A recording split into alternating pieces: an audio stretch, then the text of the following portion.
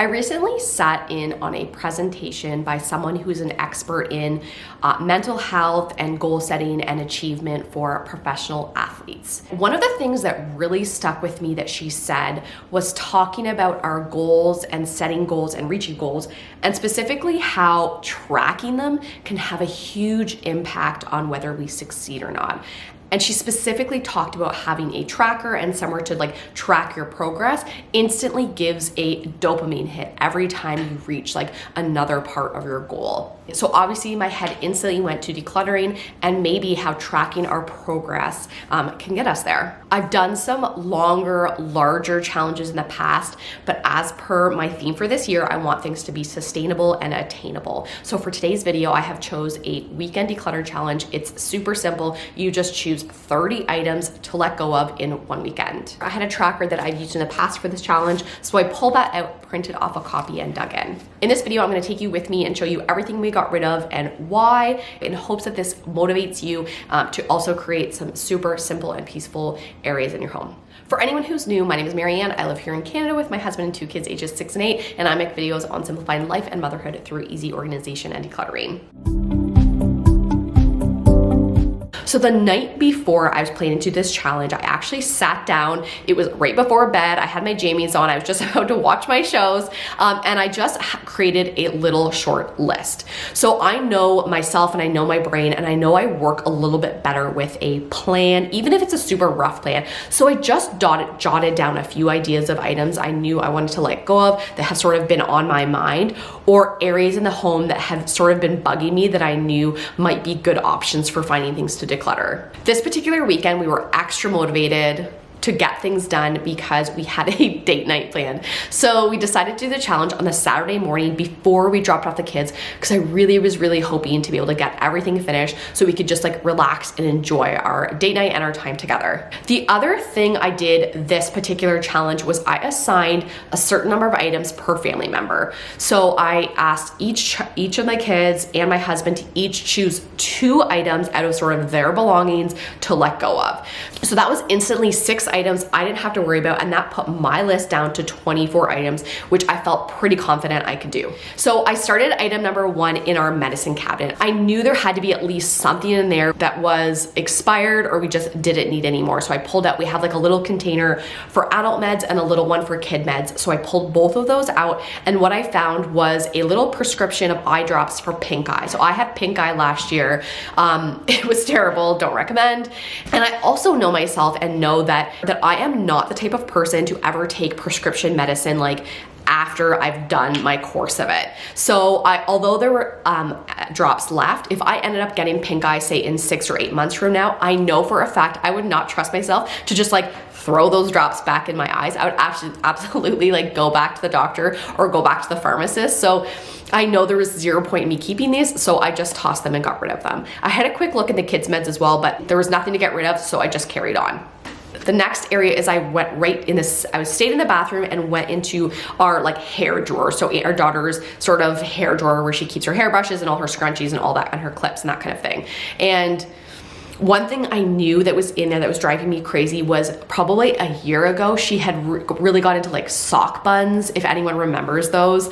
And she really wanted this like high bun and to like make it out of a sock. So we had cut up one of her old socks and it was so disgusting. It had been sitting there for so long.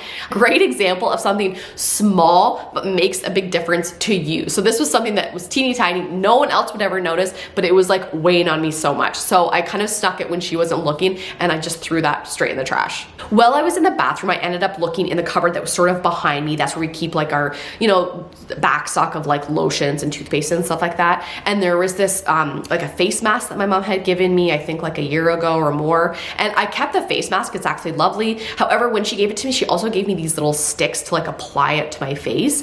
And I know for a fact I will never use those. I am not like that much into skincare. So I know if I ever do pull this out, I would just like smear it on with my finger, and I just know myself. So, and these sticks were also very annoying to store. Our cupboard is like super shallow. So they were kind of like, I kept having to move them. They're driving me nuts. So I just parted ways with them and didn't think twice about it. Items 4 and 5 were Leo's choices. So he has really zero interest in decluttering. He doesn't mind actually letting go of his things. He just doesn't like want to be involved with the process. He's not passionate about decluttering. He just doesn't care. And you know what? For the most part, I'm fine with that. I don't push it. However, I want him to have like some simple skills, some basic experience in this so that when he's off on his own, he like knows how to manage his things and can create these simplified spaces for himself as well. So he just chose 2 super simple things. One was like an empty box from his pencils, which why did he even have that in there? I don't know. And number 2 was like this homemade toy that I think one of his friends from school had made and given to him. So he didn't care about either of them and they were small, but I was happy with that. Item number 6 was a book that I know Scott has finished reading. A few weeks before this, he had gone to the Little Free Library and got a copy of Mice and Men, which he had never read. So he quickly read that and I know that he was done it. So I pulled that out. And while I was in that basket, I also knew there was a ton of magazines. So for Christmas, Scott's parents get each of us a subscription to a magazine for like one of our gifts, which is super thoughtful and we actually love it. However, the magazines definitely add up. So I knew there were some we could let go of. So I quickly kind of asked the boys, like, do you care about these magazines? And Leo ended up keeping a couple of the hockey ones that he thought were special and wanted to put upstairs in his treasure drawer, which is fine.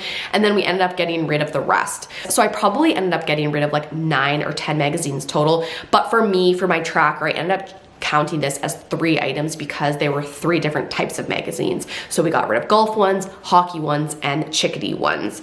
So again, the best part about a challenge is you can make up the rules as you go, and you can do whatever you want. So if you want to choose like 30 pieces of mail that have been bugging you in your junk drawer and not call it a day, you could do that. Like, make up the rules, do whatever you want. So this is what felt good for me. So I ended up counting these magazines as 3 separate items. If you follow me on Instagram, you may have also seen that I ended up using these chickadee magazines, just 1 page out of the back to make like the kids' little Valentines for this year. It was like a super simple like DIY thing, but it was actually really fun and it was a way of using what we already own instead of buying something new. As I mentioned, Leo has zero interest in decluttering. However, our youngest, Annie Rose, is 6 and she is currently really into it. She loves to be part of the process. And so one of the things I let her usually do if you do a challenge like this is to be in charge of the tracker. So she was in charge of like Xing out all of our progress and really getting into it. So if you have a little one that you're trying to also get involved, this is like an easy way to sort of get them to be part of it. I also wanted to quickly show that I had grabbed this black bin out of our garage to use to like just carry all the items. So as we were moving through the house and like decluttering things, we just tossed them in this bin so we could easily carry it to the next spot. Items 10 and 11 were Scott's choices, and he ended up tackling his bedside table drawer. He knew that there was a bunch of random stuff in there. Mostly it's like little creations that the kids have drawn for him or little Father's Day cards, stuff like that, which he chooses to keep in there. However, there's some random bits, and I think the 2 items he chose were, one was a little like phone holder for your car that you're supposed to put on your dash, and the second thing was an old Air Miles card that we definitely didn't need. So we were happy to purge both those items. Next, I went down to our main floor bathroom, which is just like a little powder room. But I knew that I had in there a couple of deodorants, Tom's deodorant, that a friend had given me months ago because they didn't work for her, but she thought they might work for me. We ended up trying them a couple times and they really just weren't for me either.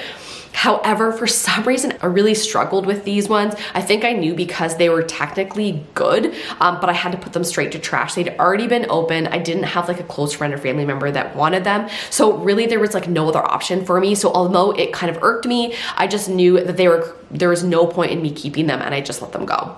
Items 14, 15, and 16 were all Annie Rose's choices. So although she was only technically supposed to get rid of 2 items, she found 3 small items in her toy bin. So she took her time looking through all of her items and she sort of like, again, she enjoys the process. And then she decided on 3 small items that she no longer needed and was happy to let go. Number 17 is something that's been on my mind for a while. So underneath our sink, I keep this huge sauce pot, which I've had for a very long time that I only always use for spaghetti sauce. However, the last 3-ish times that I've made spaghetti sauce. I've done it in the crock pot. And what I ended up finding is I actually prefer to do it that way. So therefore this pot has absolutely zero use to us. I wasn't using it for anything else, so there was no point in keeping it, especially when somebody else could use it. You'll also see that there was a huge layer of dust, a very thick layer of dust on the lid, which is a telltale sign that something is just not being used. Next, I pulled down our outerwear baskets from our hall closet with our hats and mitts and that kind of thing. I knew they needed like a little bit of a review, and I knew there were probably some things in there we didn't need. So we ended up going through everything and finding 8 items we no longer needed. It was a mix of like little mitts that were either too small for the kids now, or a scarf that was just too itchy, or just some surplus items. For example, Leo ended up, for some reason, had 5 pairs of sunglasses. I have no idea how that happened. And so he kept his favorite and just let go of the rest. Now with the one scarf that I mentioned Amy Rose found was too itchy, my mom actually made it. And so this one is another one that I sort of struggle with.